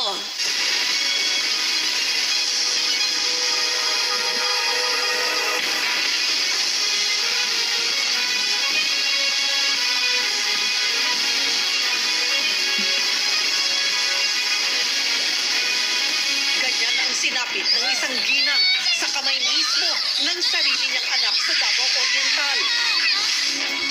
Ang biktima, magaang mukha at may mga pasa. Habang ang suspect, sinisisi ang kanyang ina na sumira raw ng kanyang love life. Ang buong detalye, kaugnay ng balita niya, abangan maya-maya lang. Live mula sa himpilan ng News 5. Simulan na ang balitaan. Dito sa Frontline Pilipinas.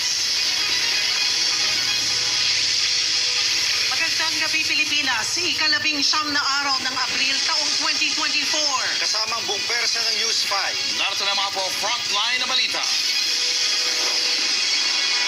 Kaliwat ka ng sunog sumiklab sa North Caloocan. Sa Ilocos Sur. Sa Cagayan de Oro City. At sa Cavite.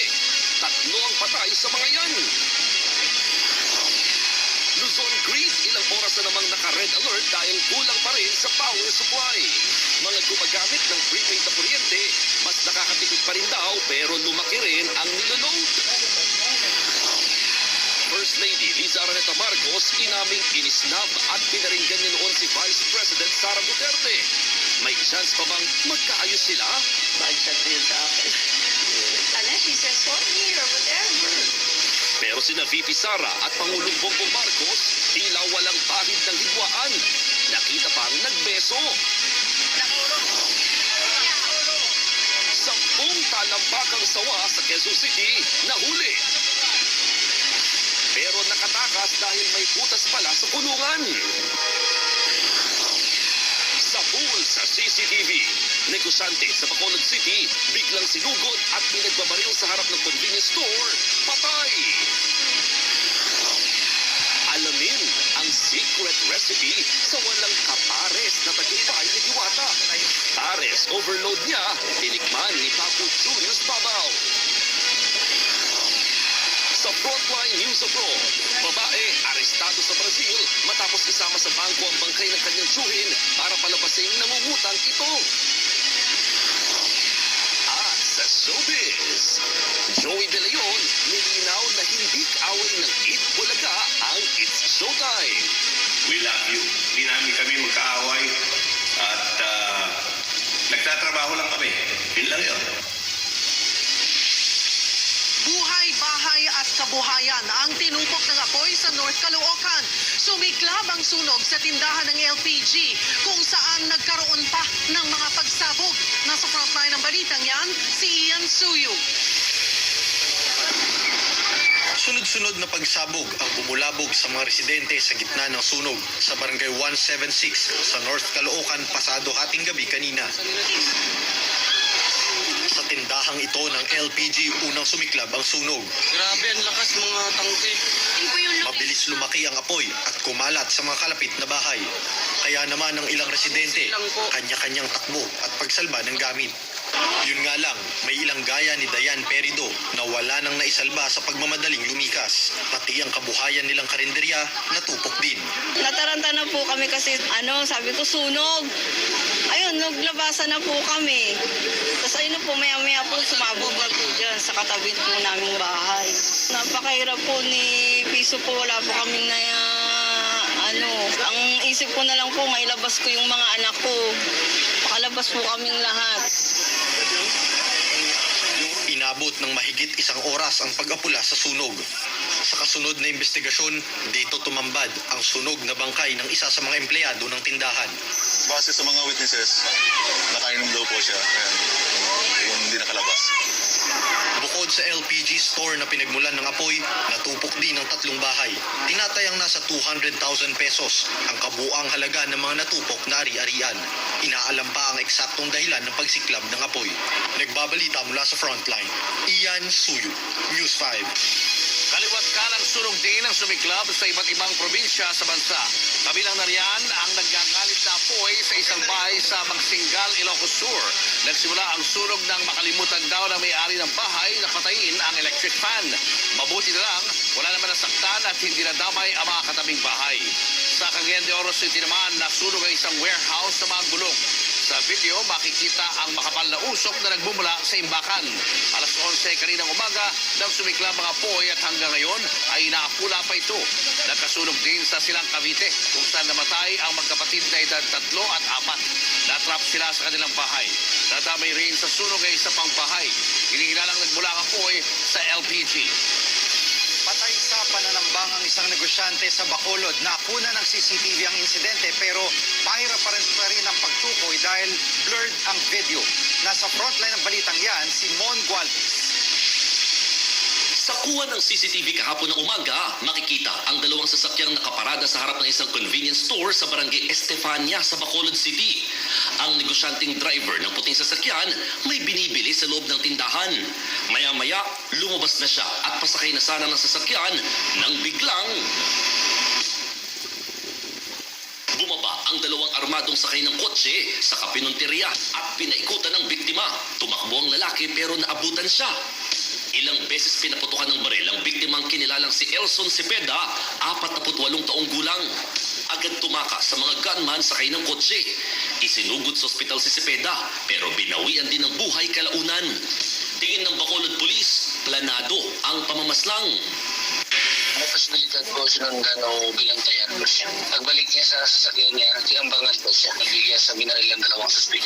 Nakausap na ng mga pulis ang asawa ni Cepeda pero meron daw itong pinagdaraanan kaya matipid magsalita. Nahihirapan naman ang pulisya na matukoy ang pagkakakilanlan ng mga salarin. Ang labo kasi ng kuha ng CCTV. Hindi po naplakahan ng sinakyan ng 2, blurred ang kaya sa CCTV, hindi po makita yung complete number. Sa ngayon, umaasa ang mga pulis na may mga lulutang na testigo sa krimen. Nagbabalita mula sa frontline, Mon Gualvez, News 5. Walang taka sa buy-bust operation ang isang lalaking tulak umano ng droga sa Pasay. Ang suspect kalalaya lang ng kulungan pero balik selda na naman. Nasa frontline ng balitang yan, si Dave Abuel. Ikaw ay nainuhuli namin sa paglabag sa Section 5 and 11 ng RA 9165. Noon may karapatang manahimik. Hindi na pumalagpa ang lalaking yan nang arestuin sa bypass operation sa Pasay nitong Miyerkules. Kinilalang suspect na si alias Boss, 37 anyos.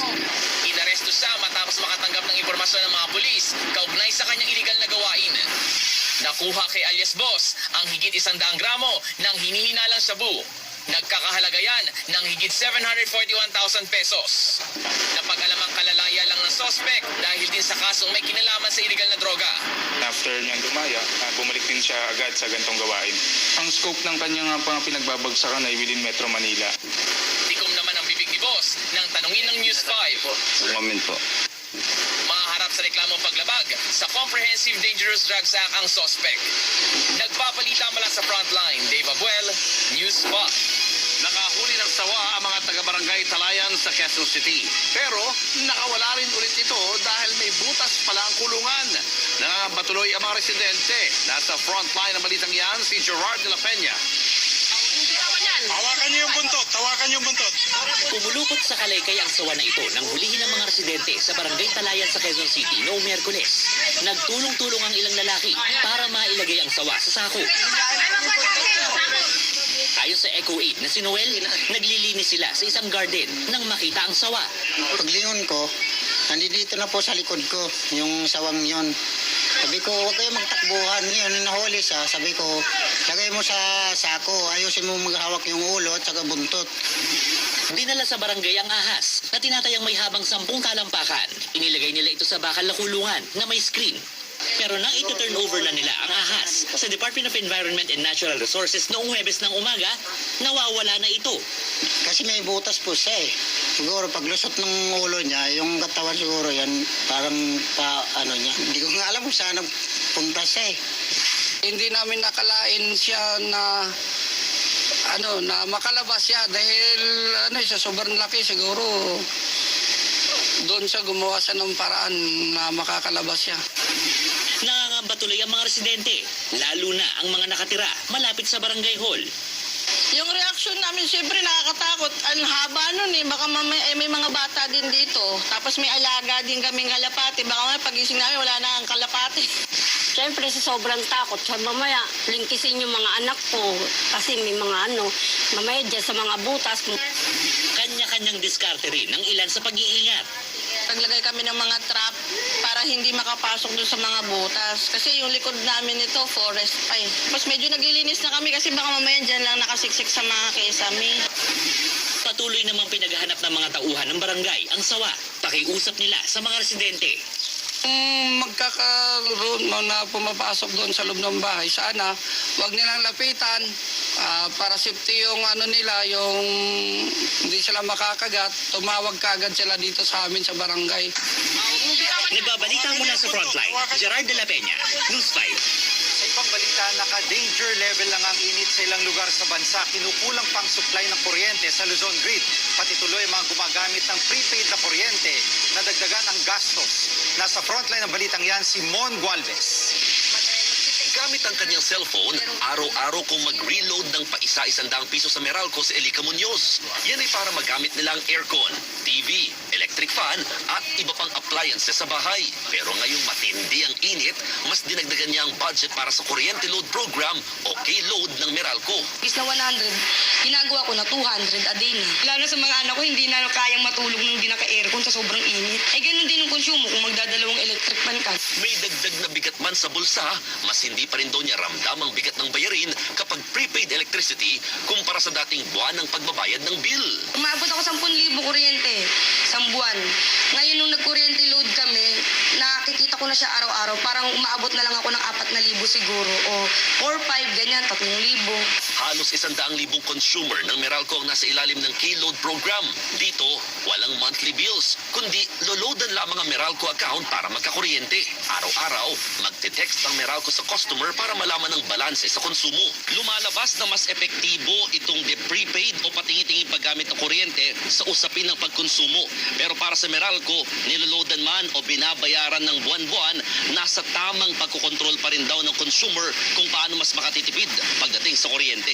Gaya na lamang ng regular na paglilinis ng electric fan at aircon, pati hindi pagsagad sa pinakamalamig na temperatura nito, pagtatanggal sa saksakan ng mga appliances, maging ang hindi pag-overload sa laman ng ref.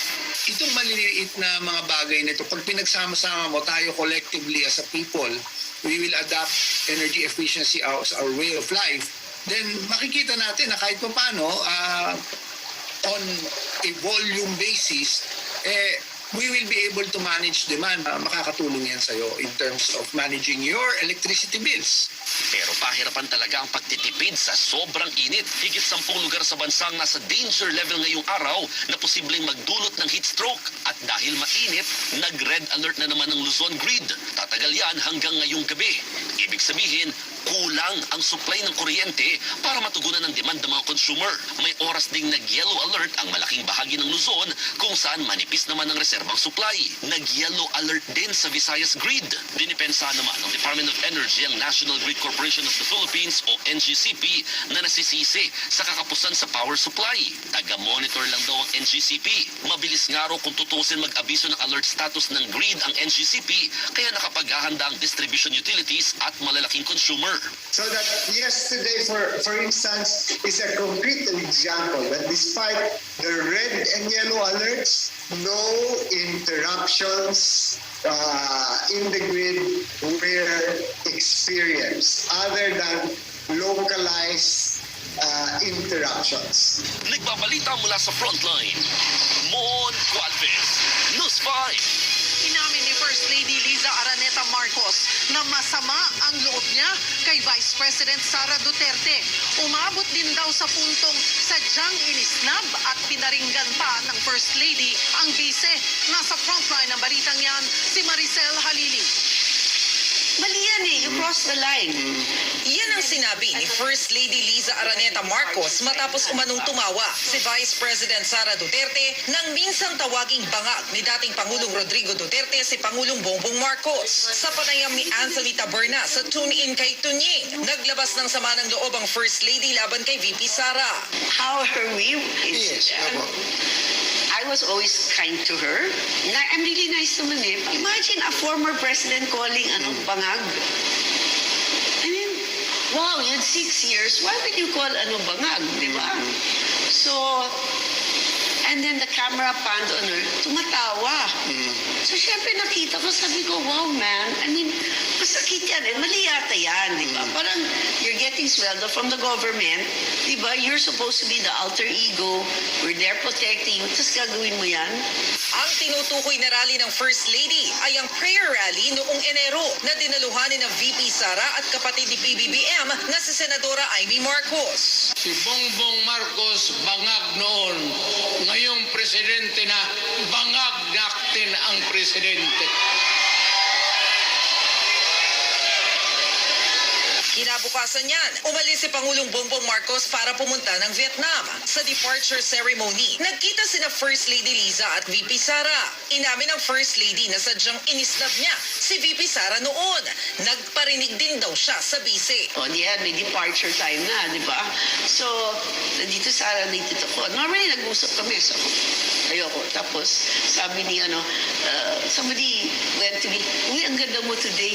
Hindi, mukha akong bangag. Gumana ko. No reaction. So, hindi, bangag. Bangag is the name of I said the bangag is the word of the day. Talaga, no reaction. Nang tanungin naman kung magkakaayos pa sila ni VP Sara, ang sagot ni First Lady Liza. Bad shot na yan sa akin.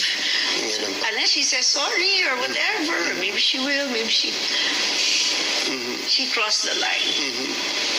Pupunta ka sa rally, tatawagan yung presidente mong bangag, di ba you're going to laugh? Tama ba yan? Even Lenny never did that. Marami mang sinabi si First Lady Liza sa estado ng relasyon nila ni VP Sara, matipid naman ang sagot niya nang tanungin siya kung kamusta sila nang hipag niyang si Senator Amy Marcos. Maybe you should ask her. I'm just the outlaw. I know what line not to cross. Sa parehong panayam, tinawanan lang ni First Lady Liza ang chismis na tatakbo siya bilang senador. Oh, I'm doing love for all because I'm going to run for Senate. Sabi ko, pati ba naman yan? Ilagyan ng... Kahit minsan hindi niyo naisip to run for public office? Me? I get the mayor's name wrong. May mensahe rin ang First Lady sa mga basher. Bring it on, honey. You're the size of your enemy. You're not my enemy, like I said. I would never stoop to that level. I will never stoop to However, every time they say that, they become uglier and uglier, okay? Just look at their face. Diba tayo, cute pa rin tayo. What a life! Bring it on. There's such a thing as karma. Sa gitna ng issue ni na First Lady Liza at VP Sara, tila maayos naman ang relasyon ni na Pangulong Marcos at ng kanyang bise. Sa graduation ceremony ng PNP Academy kanina, nagbeso pa ang dalawa. Nung nakaraang linggo lang, kumalat ang balitang nag-walk out umano si VP Sara matapos ang departure speech ni PBBM nung papunta siyang Amerika. Itinanggi na yan ng palasyo. Protocol daw na umalis agad si VP Sara para mag-abang sa tarmac bago sumampa sa eroplano ang Pangulo. Wala pang bagong pahayag ang bise sa mga inamin ng First Lady. Nagbabalita mula sa Frontline, Maricel Halili, News 5. Malakas bumanat pero hindi raw siya oposisyon ng Administrasyong Marcos. Yan naman ang nilinaw ni dating Pangulong Rodrigo Duterte sa kanyang talumpati sa Barangay Pandaitan sa Davao City. Sinabi niyang hindi rin siya kontra sa Pangulo. Pinaliwanag din niya kung bakit hindi niya sinuportahan si Marcos nung panahon ng kampanya kahit pa running mate ni PBBM ang anak ni Digong na si Vice President Sara Duterte. Ako dili ko oposisyon. Dili ko kontra ni Marcos. Dili ko kontra ni Marcos. Pero wala ko masuporta niya dahil lagi kong presidente na naghagog na amigong mga kandidatong presidente. So, para walay na kuubos, dili ko gusto niya. Matatandang makailang beses nang binatikos ni Digong si Pangulong Marcos.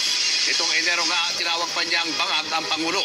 Nitong nakaraang linggo naman, sinita rin ni Duterte ang kilos ni Marcos na nagpalala ng tensyon ng Pilipinas at China. Wala pang pahayag ang Malacanang tungkol dito. Pero kamakailan lang sinabi ni Pangulong Marcos na komplikado ang relasyon niya sa mga Duterte. Nagbabayad daw ng 2 milyong piso ang ilang estudyanteng Chinese sa Cagayan para magka-diploma ayon sa nakuwang report ng Senado. Itinanggi naman niya ng mga universidad doon. Nasa frontline ng balitang yan si Camille Samonte. Gustong paimbestigahan ng Senado ang pagdami ng Chinese students sa Cagayan. Nakarating daw sa ilang senador na higit 4,000 Chinese students ngayon ang nakabase sa naturang probinsya. Banta raw ito sa seguridad ng bansa. Lalo't nasa Cagayan ang 2 dagdag na EDCA sites. Ayon sa mga natanggap na report ng ilang senador, ilang Chinese students ang nagbayad umano ng tig 2 milyong piso para magkadiploma kahit hindi naman pumapasok. Kung talagang merong ganon, i-deport natin lahat yung mga yon, di ba? I-deport natin, i-cancelahin natin yung student visa nila kung meron silang student visa. So ito ay nakaka-alarma, hindi lamang doon sa pag-allege ng pinagbibili ng diploma, kung hindi yung pagdami rin. Sa dinami-dami ng lugar sa ating bansa, doon nila napiling mag-aral. Napiling mag-enroll. Pero nauna nang itinanggi ng Cagayan LGU na banta sa seguridad ang mga estudyanteng Chinese na nag-aaral sa kanilang probinsya. Wala raw itong koneksyon sa West Philippine Sea. I just got a certification from PNP to Negros City and the PNP province, that there was no reported complaints against any of these foreign students. Sa joint statement ng mga universidad sa Cagayan, racism at xenophobia o anti-China raw ang issue. Nilinaw nilang hindi 4,000 kundi higit 400 lang ang Chinese students sa St. Paul University Tuguegarao. Wala raw Chinese sa iba pang universidad sa probinsya. Mapanina raw ang aligasyong binabayaran ang diploma sa Cagayan. Hanggang $10,000 kada trimester o katumbas ng 500,000 pesos ang tuition ng foreign students at hindi raw umaabot ng 2 milyon. Kinumpirma rin ng CHED na walang Chinese sa public university sa Cagayan. Sabi naman ng Bureau of Immigration, nasa 1,500 ang student visa na inisyo nila para sa Chinese students sa Cagayan. Pero nasa 400 lang ang on-site dahil distance learning ang iba. Ayon sa security analyst na si Chester Cablaza, nakakapagtaka ang pagdami ng Chinese na tiyempo sa tensyon sa West Philippine Sea. Posible raw silang espiya, kaya dapat pa ring maghigpit. Bakit all of a sudden they arrived in waves, no? Dati-rati naman hindi ganun, no? Although we've seen Chinese and other nationals in Cagayan Valley, but it's not like this. It's a phenomenon. Nandun yung infiltration. Those are some of the things that we have to look at kasi sa konsepto ng national security, red flag yung mga ganon. Buwelta naman ng Chinese Embassy, malisyoso ang akusasyon at paninira raw ito sa China. Ang pagdagsa ng Chinese students ay resulta raw ng cultural at educational exchange ng Pilipinas at China dahil sa kanilang matibay na bilateral relations. Masyado raw pinalalaki ng ilang politiko ang maritime issue ng China at Pilipinas para isulong ang kanilang political agenda para sirain ang kooperasyon ng dalawang bansa. Nagbabalita mula sa Frontline, Camille Samonte, News 5. Ibabalik daw ng MMDA ang mga inimpound na e-bike at e-trike dahil dumaan sa National Road sa Metro Manila. Pati ang mga ibinayad na multa, i-refund din alinsunod sa utos ng Pangulo. Pero giit ng MMDA, wala silang balak ibaba ang multa. Nasa frontline ng balitang yan, si Gerard de la Peña. Nakahinga ng maluwag ang mga e-bike at e-trike driver.